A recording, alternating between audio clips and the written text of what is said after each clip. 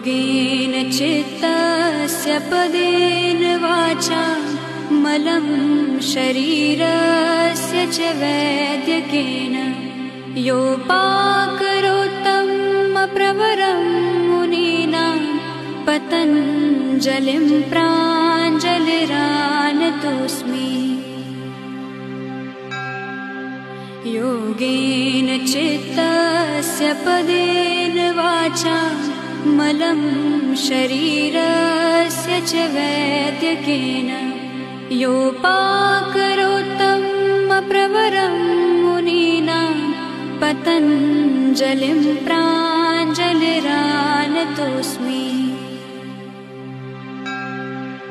योगेन चित्तस्य पदेन वाचा मलं शरीरस्य च वैद्यकेन योपाकरोत्तम प्रवरं मुनीनां पतञ्जलिं प्राञ्जलिरानतोऽस्मि।